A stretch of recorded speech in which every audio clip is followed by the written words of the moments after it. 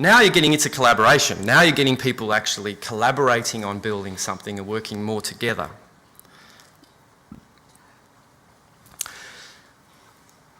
A step beyond that perhaps would be more facilitated discussions in the forum, asking questions. The most powerful pedagogical technique is one word, questions.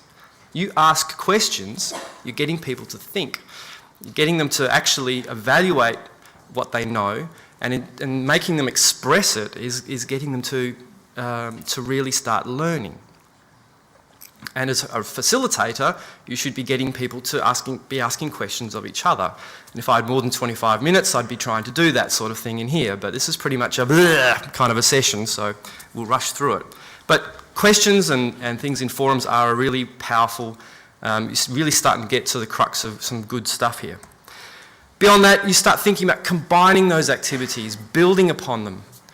Okay, you start off with the discussion, you start identifying some issues in whatever the subject is, and then you might take those questions and ask people to start writing assignments about them. Then maybe they publish the assignments into a wiki, and then they maybe draw themes from the assignments, and that can become, they can become quiz questions.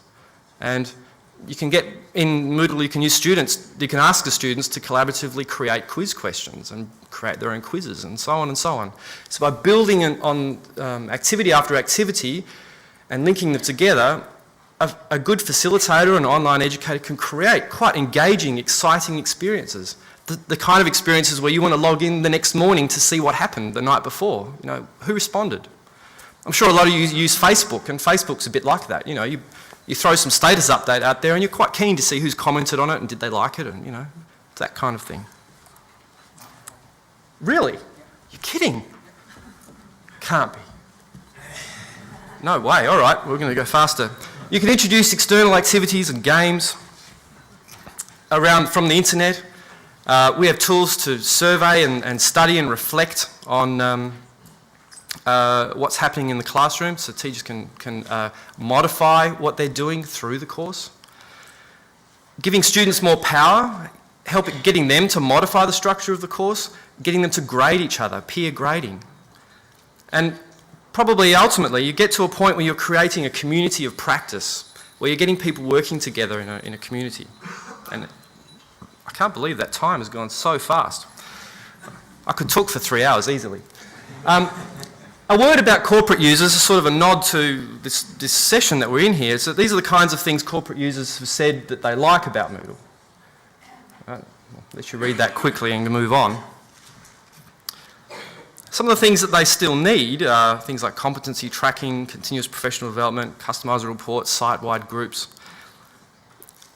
These are all things that are useful for more than just corporates. These are things that have been solved outside of the Moodle core product. You can get them by linking with other systems and so on. And they're also solved by other LMS systems.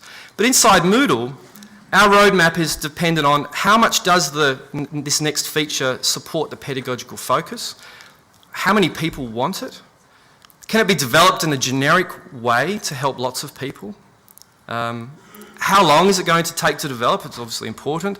Is it easier just to integrate with something else that already is out there? Well, I don't want to develop a video conferencing system. There's hundreds of them out there. We just make sure we can integrate with them.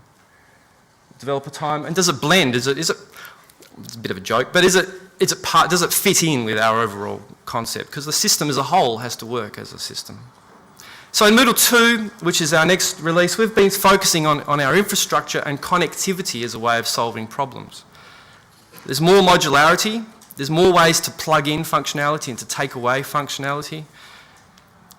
We have a web services API which opens up all the functionality of our tools through web services, and that allows other systems to connect and do things with Moodle, and it allows iPhones and mobile clients to have completely different interfaces that interact with the rest of the course through these web services.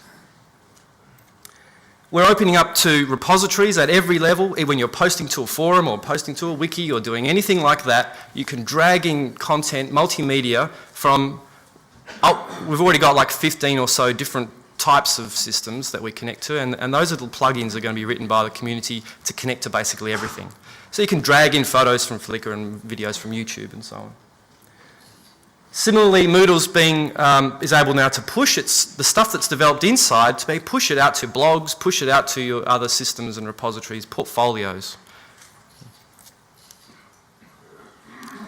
And we're also developing community hubs as a way of sharing. And this gets to the very real problem here, which is that teachers mostly who are doing the teaching at the moment have not themselves been through a really good online course. They've not experienced that very heated sense of engagement that when a course takes off. And so they're bound by just putting up content, and I would say probably 80% of people using Moodle are stuck on those first two layers that I said, resources and maybe a forum and maybe a quiz. And so is the corporate world, in fact. Moodle 2.1, we're focusing on our learning activities very strongly, and we're looking at usability and the different affordances to bring the kind of features that we want to promote. In summary, with internet-based learning, people do tend to replicate the techniques from their experience, and most people's experiences so far have been fairly limited. And so a lot of the courses will tend to be fairly limited, despite the tools that are available. The tools, like someone said at the keynote yesterday, is 10-20% of the actual issue. The 80% is actually the change and getting people to use them. Final thing I want to say is all of us are responsible for improving the quality of internet-based education. So we need to bravely promote the best of what we know from educational research and conferences like this. You've got to go out there and really, the stuff is known, it's been around for a long time. Don't take the easy way out by just throwing out content. Let's really change education and be a bit more transformative, eh? All right. Questions at the end of the other sessions, and thank you very much.